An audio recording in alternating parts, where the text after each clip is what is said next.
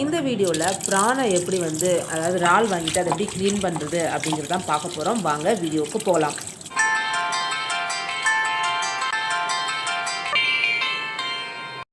முதல்ல இந்த மாதிரி ப்ரானை வாங்கிக்கோங்க. தலையில் இருக்குல்லையே அந்த தலைப்பகுதிக்கிட்ட நீங்கள் கையை வச்சிங்கன்னா தனியாக பிஞ்சிடும். அதில் இருக்கிற அழுக்கு எல்லாமே வரும். இப்படி சுற்றி இருக்கிற அந்த இதை நீங்கள் இப்படி இழுத்தீங்க அப்படின்னா அப்படியே தோல் உரிக்கிற மாதிரி இப்படி அழகாக உரிச்சு வந்துடும். ரொம்ப ஈஸி. பின்னாடி இருக்கிறது இப்படி இந்த மாதிரி எடுக்கலாம். இல்லை பின்னாடி இருக்கிறத வச்சு இப்படி இழுத்தீங்க அப்படின்னாலும் உங்களுக்கு அப்படியே அழகாக கலண்டுட்டு வந்துடும் ப்ரான். இந்த மாதிரி நீங்கள் ப்ரானை முதல்ல வாங்கினதுக்கப்புறம் ரொம்ப கஷ்டம் அப்படின்னு நினச்சிட்டு நிறைய பேர் அதை சுத்தம் பண்ண மாட்டேங்கிறாங்க. திருப்பி நான் உங்களுக்கு இன்னொன்று பண்ணுறேன். திருப்பி அந்த இறாலை எடுத்துட்டு அந்த தலைக்கிட்ட கையை வச்சு எடுத்திங்கன்னா அந்த அழுக்கெல்லாம் பாருங்கள் அப்படியே வெளில வந்துடுது பாருங்களேன். அதை எடுத்துட்டு அதுக்கப்புறம் தோலை மெதுவாக உரித்து எடுத்துக்கிற மாதிரி எப்படி முட்டை தோல் இதெல்லாம் உரிக்கிற மாதிரி இருக்குமோ அதே மாதிரி தான் இதோட தோலும் இருக்கும். சதையெல்லாம் தனியாக பிஞ்சு வராது. அதனால் நல்லா இந்த மாதிரி இந்த ப்ரானை வாங்கிட்டு நீங்கள் தோலை உரித்து க்ளீன் பண்ணிட்டே இருந்தீங்க அப்படின்னாலே போதும். அது வந்துடும். இது எல்லாமே பாருங்கள். ஆனால் இதோட முடிஞ்சிடாது. அது உள்ளுக்குள்ளே உடம்புக்குள்ளேயும் பார்த்திங்கன்னா பாருங்கள் அழுக்கு இருக்குது. அந்த அழுக்கே நம்ம உள்ளுக்குள்ளே ஒரு லைன் மாதிரி இருக்குது பார்த்தீங்களா, அது அந்த அழுக்கையும் எடுக்கணும். அது மண் மாதிரி என்ன பண்ணும் அப்படின்னா உங்களுக்கு இது பண்ணோம். திருப்பி நான் எடுத்து பாருறேன் பாருங்கள். உடம்புல இந்த சைடில் இந்த பாருங்கள் இப்படி இருக்கிறதுல தலைபாகத்தை நம்ம எடுத்தோம் அப்படின்னா அது அழுக்கு எவ்வளோ அழுக்கு இருக்குது பாருங்கள், அதெல்லாமும் வந்துடும். அதே சமயம் உள்ளுக்குள்ளேயும் இருக்கிறதையும் நம்ம எடுக்கணும் பாருங்கள். அந்த இடத்துல பார்த்திங்கன்னா மஞ்சள் கலரில் தெரியுங்களே, அதையும் நம்ம க்ளீன் பண்ண வேண்டியது இருக்கும். இது ஆனால் ரொம்ப ஈஸி தான் ப்ரான் க்ளீன் பண்ணுறது. எல்லோரும் ரொம்ப கஷ்டம் அப்படின்னு நினச்சிக்கிறாங்க. இதை எடுத்துட்டோம் அப்படின்னு சொன்னால் தனித்தனியாக நான் இது பாருங்கள் எடுத்து ஒரு தனியாக ஒரு கிண்ணத்தில் போட்டு வச்சுக்குவோம்.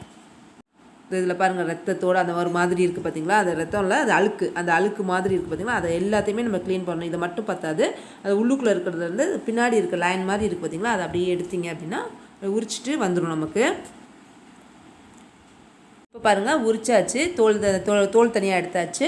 அந்த சதையை மட்டும் தனியாக எடுத்து வச்சுருக்கோம். இதோட க்ளீனிங் முடிஞ்சிடல.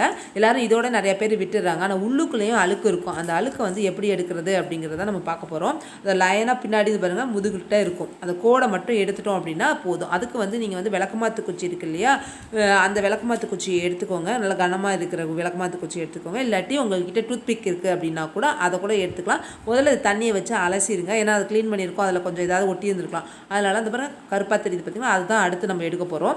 அதுக்கு என்ன எடுக்கணும்னா ஒரு டூத் பிக் எடுத்துக்கோங்க அப்படின்னு சொன்னேன். இல்லை மரக்குச்சி ஏதாவது ஒன்று எடுத்துக்கோங்க. உங்கள்கிட்ட விளக்கமாத்து குச்சி இருக்கலாம், அதை எடுத்துகிட்டு அதை பின்னாடி ஒரு லைன் மாதிரி இந்த கருப்பாக இருக்கிறத எடுக்கிறதுக்கு தான் நம்ம பண்ண போகிறோம்.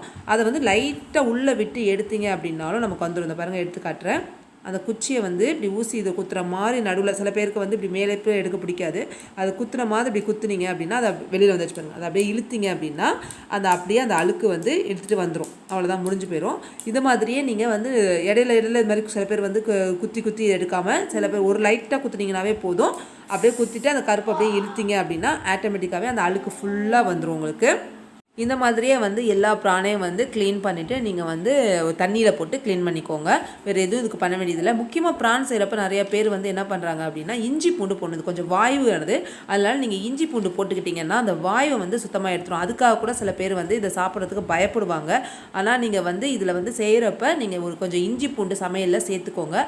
அப்போ அது ஈஸியாக எடுத்துகிட்டு பாருங்க, அழுக்க எடுத்துரும். அவ்வளோதான், முடிஞ்சிடுச்சு. ஒரு கொஞ்சம் நேரம் வேலை தான். ப்ரான் ரொம்ப ஈஸியாக க்ளீன் பண்ணலாம். நீங்கள் எவ்வளோ சட்டுன்னு க்ளீன் பண்ணலாம். இந்த வீடியோ கண்டிப்பாக உங்களுக்கு யூஸ்ஃபுல்லாக இருக்கும்னு நினைக்கிறோம். நன்றி, வணக்கம்.